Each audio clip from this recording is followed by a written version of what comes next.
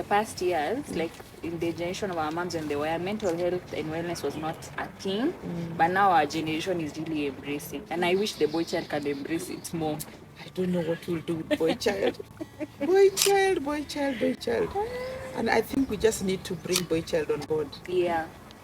I don't know how you young girls are going to bring these age mates of yours on board. I find the boy child to be confined right now, not open to conversations. Even in dating, you'd find that most of them would rather leave the relationship than tackle the issues. Most time they'll just up and leave the table. So it's such a problem. I don't know what would really work, what would make them put their guard down. Yeah. And I think mothers are also not doing them justice because, boy child and mothers seem to be together. Besties. Yes, besties. Unlike girl child and fathers. Yeah. Fathers and girl child are doing very well. Yeah. I think mothers need to do their game. Yeah. They need to bring these boys to speed. Yeah. Because the boys listen so much to their mothers. They do Listen, and I think mothers are to blame somehow. I don't know, because I find my boys are so much close to you. So you have that power, yes, to tell them something. It is true. To influence something. Because I mean, if I look up to someone or I find safety in someone, they have the power to introduce me to something. That the same way drugs work. You know how most people, they get into drugs because someone who was close to you showed you. I feel the same way it can be done with things like mental wellness and whatnot. Like if from a very young age I show my son that it's good to speak out, it's good to express yourself. Every time I see them crying, I tell them, I want you to calm down and tell me exactly what you feel. It's things like those. So from a young age, if you're used to being asked to express yourself, if you do something nice and you are complimented deeply, you grow up knowing that expression is important and it's not a sign of defeat or failure or being weak. So I think women need to understand that these boys need to be encouraged. The ones who are not married need to be encouraged to take that step. Just to know that these girls need to be also encouraged.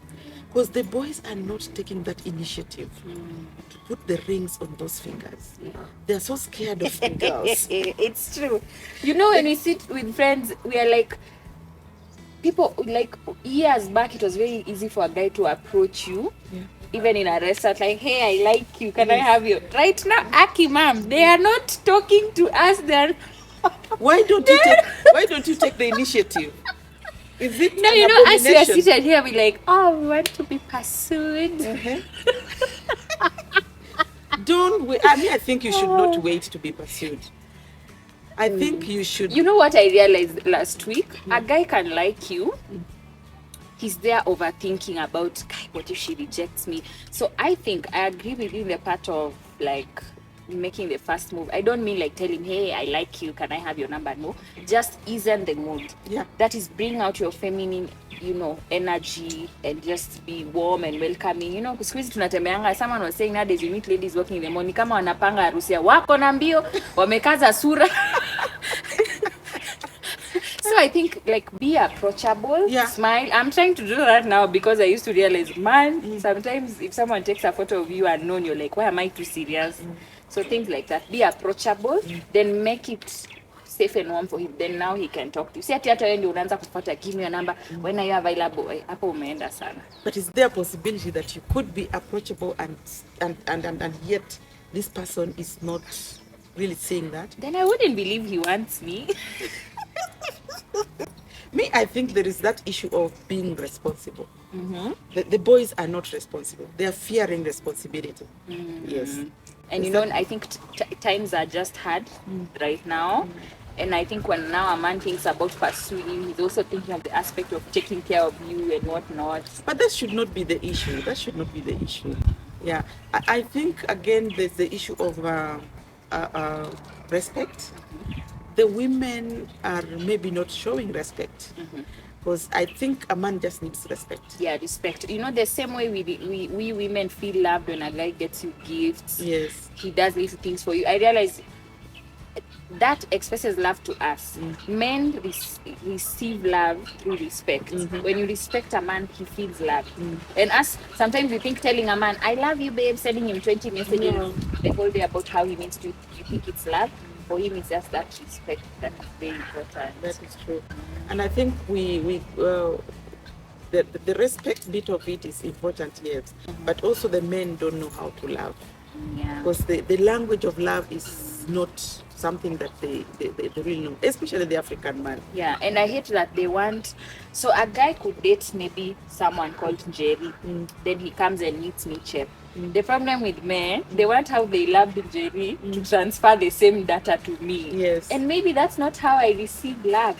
Personally, I love to be shown love through acts of service. Say my car needs to be checked. Yes. If a man does that for me, you're done. yeah. If I need a report done or an invoice, that's how I receive love. Like that's how I know you care about me. But you see now, maybe a man was dating another girl who was crazy about it, and he comes and does the same to me, and my reaction is not what he expects. So there's conflict already because I'm not receiving it, as in he's not getting ululation in whatnot, but the problem is not taking his time to understand me. Yes. So I think that now brings the important aspect of friendship before even now pursuing a relationship, because in friendship you learn, hi, this person likes this. But I think most time it's always like, I like you. But we are dating. So now we don't know each other, but we've thrown ourselves into the ocean. And I think that brings the issue of value. You need to know the values you put across your relationship. Yeah. If you know how to communicate with each other, you should know what you value most. What is it that you're bringing on the table? Is it about what is your love language? What is it that you value much? So that you put it on the table. Let him or let understand each other. Let it be known that this is how I do it. But in most cases, you don't even want to communicate that. So if you don't, Kama unaficha. You're just like, I want him to do abracadabra. Yes. Figure it out. Ponky. Yeah, so imagine. It's not right. It's Just, not right. I mean, if it's not harmful information, Yes. share with the guy. Yeah. Like, this is how I love. And then I think also, one thing I've learned over the years, you know, I think as you grow, and also I think with therapy helping me understand myself and understand my faults, I've come to understand something called timing. Timing is important in every aspect. In fact, yesterday I was reading a verse, Psalms, I think Psalms 145, somewhere that was talking about God will provide the food at the right timing. So I realized even the word tells us on timing. So timing sounds like I want to have a conversation with a man about how he did something that makes me feel bad. But I'm telling him in the morning when he's rushing to work. You see that already to him, it screams disrespect. So to him, his defense walls go up. So it becomes a fight. So I wanted to say something, he's feeling like I'm disrespecting his time, so it's chaos. I think timing is important. Like, kuna ile time unaona mwanaume amerelax, yani unaweza sikia ametoa ile ama. Ameweka chini. And that is being intelligent. Yeah. So that's when you say, hey babe, and then even how you say it. I've learned when you bring in a compliment before something that was a problem for you, it becomes good. Like for example, a man chews badly, you chew badly. No, you have to be like, I actually love how you appreciate the food that I cook. Yes. And I love that you love food. Can you imagine a husband who didn't love food? You tell him that, he's like, anyway, then you tell him, now babe, if you just chew nicely, it will be good. You're like, can you imagine us going to dinner with Kinanani and then you're chewing that way, then they start making fun of us. It's like, hey, by the way, no. You've made it simple. That is communication. Yeah. And that's a skill, you know? Yeah, so it needs intelligence. You have to be very intelligent on how to communicate your issues. True. So, yeah, so I think there's something lacking. And I think also patience is one thing. Patience is a problem. Yes, because if you're not patient, you're not able to understand somebody. If that is the way you communicate and you do it at pop, when will you ever understand somebody to an extent where you're able to explain all that you've said? Because it takes time for you to explain what you've explained so that he is able to understand this is what my wife was actually trying to tell me. You see? So we don't have that patience. And I think that is another issue. Yeah, we need to be patient. We need to wait until it is time And we don't make time. We don't make time. Yeah. So Does it scare you when you like go to a restaurant and see a couple and everyone is just on their phone for like a whole straight 30 minutes? Yes, it's very scary. It is. And then you realize they have a lot. It's like you work in an office and you have files and whatnot that you've not done, and yet you keep just postponing. So I feel like it's hiyo ni moto inakuja because you're postponing issues every time. You're on your phone, you can't talk. In Africa time it blows up now. That's how people quickly move from marriage to separation real quick, which for me I always feel sometimes some issues you can talk about. Yeah, talking about them is very important, and giving priority to what is necessary. Prioritizing things is also another issue. We don't prioritize things. You find that we jump to issues without, knowing which one comes first, and you don't know how to tackle them. That's another issue. So we really need to know how to prioritize things. We need to be intelligent to know how to work on issues. I remember the first thing you taught me when I came to therapy was emotional intelligence. Yes, it's very, very important. It actually covers everything that we do. It covers everything that we do. Yeah. Another thing that I just wanted to give feedback on concerning therapy, I realized if other aspects of my life are okay, and if other aspects of my life are okay, it's not a guarantee that my mental state will be okay. Say if I have money, I'm going to church, I'm doing what, it's not a guarantee that my mental state will be okay. But if my mental state is okay, it can pour onto the other areas of my life. Meaning, if I'm okay mentally, I'm able to think about my business. I'm able to reason. Even when I read the Bible, I'm able to absorb the word. You know, when you're stressed, unasoma Bible, unasikia nika unasoma Greek. It's mental stress. So I want people to prioritize mental wellness because it guarantees you could do well in other areas. Yeah, even I realized, like when before I started therapy and I was just having my own issues inside that were piling and piling, even how you treat others or interact with them is very different. Like you're cold, you're dismissive. I was struggling with things like that. I was not giving, like even the people who are harmless, you don't want to give them access to you. Because now the first thing you're feeling is shame. You're a failure, you're this, you're that. Because those are the voices now the enemy is telling you because of where your mental state is. But when you are okay, you interact with people freely. You don't, when you talk and they talk back, you're just like, you don't quickly pick out and feel they're attacking me. Even when they're correcting me, you realize this is out of love. But when you have not started working on yourself now through therapy and pursuing mental wellness, you always feel as if the world is just against you. Everyone is they just hate me. By that deep of self-pity is bad. You will tell yourself things, they hate me, wananionea, they don't want me to thrive, they don't want to help me. Just a bunch of nonsense. Yeah. Actually, mental health is paramount. It is what actually makes you who you are. If you are not mentally well, nothing else works. Because when you're mentally well, you're able to do all that it takes. Spiritually, physically, emotionally, environmentally, you will work with your mental faculties when you're well. Otherwise, you can never make any decisions if your mental faculty is not well. Do you have, let's say, call them testimonies? Yes. Do you have examples?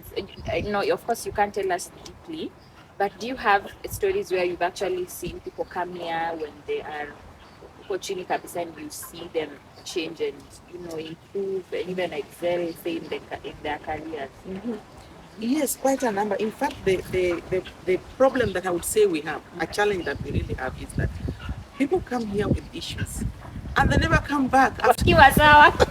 They take off because we give them, we talk to them and just let them know that it's okay. They run. No, we give them the information, not really the information. We talk to them and they find their wellness. Yeah.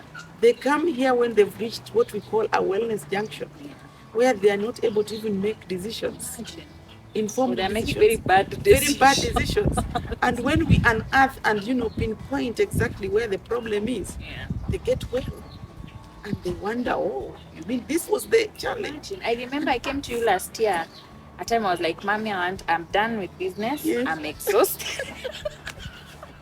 I don't want to do this anymore. Yes. It's chaos and chaos and chaos. Yes. And I remember you actually calmed me down Yes. and consistently checked on me, spoke to me, even brought someone to pray for me, which meant a lot. And honestly, since then, I started to see things in a very different light. So And it's imagine true. When you're in that pit, you're making very bad decisions in your head. You're yet to execute. And I also thank God for you because you are so open, and you are willing to understand. You are willing to heal. Yeah. When you come willing to heal, when you come willing to open up, then things work. But when you come closed, then even helping is not easy. Yeah, so it's about a willing buyer, a willing seller. Yeah. So therapy, that's how therapy works. So umesema watu wakipona wakuje bado. Wakuje tu. It's like this transactional relationship sometimes you have with God, Yes. where you only open your Bible to pray when things are bad. This is it. But ukiomoka, Ufe. Bible yako inaokota vumbi kama degree yangu. Yes.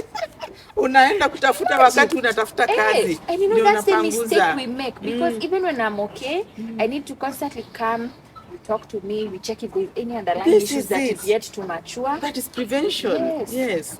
That's prevention. And that is one thing people don't want. Wow. They wait until things are so bad. So bad. Then that's when they come. Yeah. And sadly, sometimes when things are so bad, you could get help, yes, but it will take lots of work, more than if you just came when they were creeping and whatnot. And also now the other side is suicide. Yes. And this is why our men are dying very early. They bottle up everything. They don't want to talk about it. They feel that when they share, they are weaklings. They look weak. So they come back to their homes, they have issues in the workplace, they don't want to talk to their wives. Of course, women are also, sometimes they share with their husbands and they want to go and share with their other friends. So the men are scared, they don't want to share with their wives. But I want to encourage men to share. Let them share.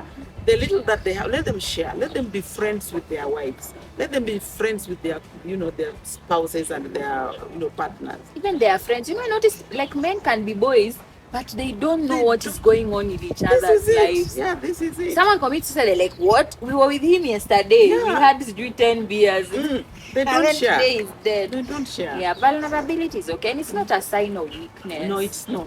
It's not. So me, I would encourage men to share, and I would also encourage you as girls. When you get these boys around, try to make them your friends. Yeah. Even if you are not so deep into intimacy, try to help them because they need that help. They need that help. You don't have to be intimate with them for you to help them. Try and help them because they are lagging behind. We need them to go at par with us, with you girls. Yeah. And also, something to add on that, I love combining mental wellness with spiritual. I realize if you ask the Holy Spirit to help you, He will. He does. One thing I'm always checking, if you say I meet you today, like you're my friend, I meet you on the road. If I ask the Holy Spirit to help to discern and help me know if you're okay, He actually will. Of course. That's why sometimes you'll feel something pushing you. Send M-Pesa to this person. Send M-Pesa to this person. And it has happened to me a lot of times. Or call this person and check on them. And when you do that, they're like, oh my God, perfect timing, because I was just going through, a lot. So let's not be selfish beings. Let's constantly check on others, be there for others. And me, one thing I've learned, when you're there for others, God will orchestrate someone to be there for you. Because as we're like, me, nikwe there for them, Allah for me, But it doesn't work like that. In fact, if you notice people who give, whether it's their time, their finances, their love, they always have it in abundance. Their really never runs out. So we should do that. Like if you feel someone is not okay, just pay for them one session for therapy and tell them, you know what, I'm blessing you with this session. And you would have changed their life completely. They come here, they talk. After a while, this person, maybe they were jobless for a year and they were dysfunctional. They start going out to look for a job. They start being okay. So ni kujituma saa zingine. Tuache tu kujifikiria kila siku, what will I eat? Where will I sleep? Where will I pay my debt? Sometimes forget you and think about other people. Then something I wanted to ask you. I read somewhere, but I just wanted clarity from you. Does mental wellness, things like stress, depression, do they actually affect your organs? Does it boil down to affecting your organs? Like, can someone get sick because of a lot of stress and whatnot? Of course, stress is the silent killer. Yeah. Stress actually is the silent killer. You don't feel it. You don't feel it. But in the long run, it depends on your immune system. In the long run or in the short run, you find your organs just failing. And they start to shut down. They shut down. In fact, you'll be surprised that they run to the main organs. Your kidneys, your heart, your lungs, your liver. Tunakasikianga. Sasa sinaenda inakorodi inasema hii kitu. And you wonder how. Sometimes you even wonder you are not feeling anything, but within a short while, just like you find this person is saying, oh, they used to eat well. Yes. They don't. Stress is a bad disease. And it just, once it gets into your system, bringing it out is not easy. And that's we are advocating for therapy. Sasa unakata kulipa 2,000 ukuje therapy. Kesho ukwe na acidity ulipe 50,000 kutibiwa. Yes. Why? I'd rather spend 2K to prevent. To prevent. Yes. Actually, most of these diseases are just coming in because of the lifestyle. You know, it's because we are not ready. You find that you are waking up in fact, the life today is just full of stress. You walk into your house stress. Out of, work-life balance has to be dealt with. It is really a stressful world today. It's very stressful. Mara parenting, singlehood, widowhood. Mama, we choose violence. Singlehood. It's a disease. It's a disease. It is a disease. Hujatuambia hapo wao. Nimesema kwa upole lakini. Kwa upole. Ni upole ninaongea. Sina ubaya. I think taking correction sometimes for times is a bit hard. Yes. And yet, I mean, even the word says we are pruned. God prunes us because He loves us. So when you correct me, it's not out of hatred. It's out of knowing my potential and knowing I can do better. But I think sometimes just taking correction inakuanga ngumu kidogo. Taking corrections.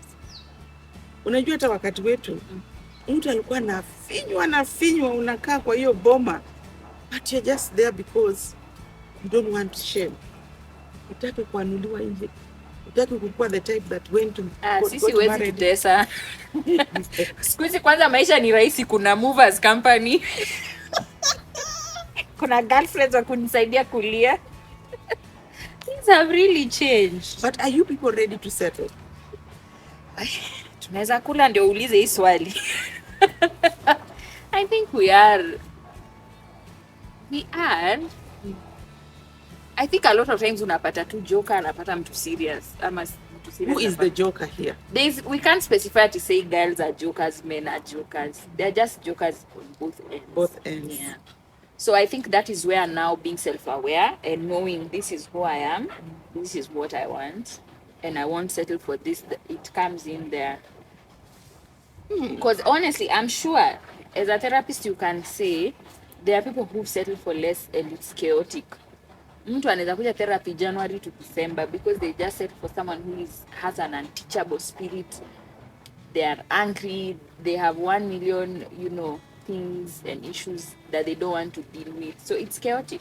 So niulize venye mimi nimekuwa nakuja hivi therapy and I've been working on myself. Kweli mama unaweza imagine sana kielewa na mtu yuko hata self aware. Ukimuuliza kitu ana snap. I think we can't settle for less. Yeah. You be self-aware and you know what you desire.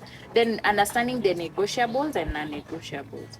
For example, negotiables kama mtu mwanaume ni wa kutupa socks ni sawa, that one. We can deal. But an unfaithful man is a non-negotiable. Hapo kila mtu anasema, hata Biblia inasema hapo sasa ikifika you are even allowed to divorce. Yeah. Yes. Even now things like someone who's being a believer is non-negotiable for me. But things like Kama anaweza chemsha tu maji ni sawa. Si hapa kwa kupika hakuna pressure. Kwa sababu wewe unajipikia, unajua kupika. I don't mind because it's also how I love to show love. So you must, I think as an individual, sit down, be self-aware, know yourself, know those things you need to work on, begin to work on them, and therapy now helps with that. Then now settle and know your negotiables and non-negotiables. Alafu another thing, we're discussing this with some friends. When you go on a date, stop putting everything on the table. You know someone can take what you said and they pretend to be that. That's true. Sindio? You go and say, yeah, kama ya man who's not a kesho anakuja ana speak in tongues. Kumbe anajisema jina ya spare ya magari.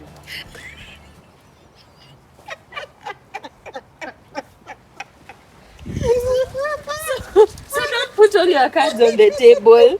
Ati unasema, me I want this one. Just observe. Give him time to expose himself. That's what I say. Be yourself.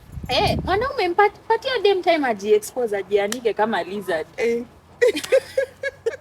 Hii mambo, you know, sometimes we mess up and say, so for me, this is what I want. Ta. Mwanaume anachukua sasa anaenda anajiremodel. Kesho anakuja akiwa hivyo, anakuweka box. By the time you realize it was a scam, it's too late. So just go with an open mind, chill out, don't kuwe kama interview. Wacha mtu tu ajiseme. You know, I know people love to talk about themselves. So if you let them, they will. That is true.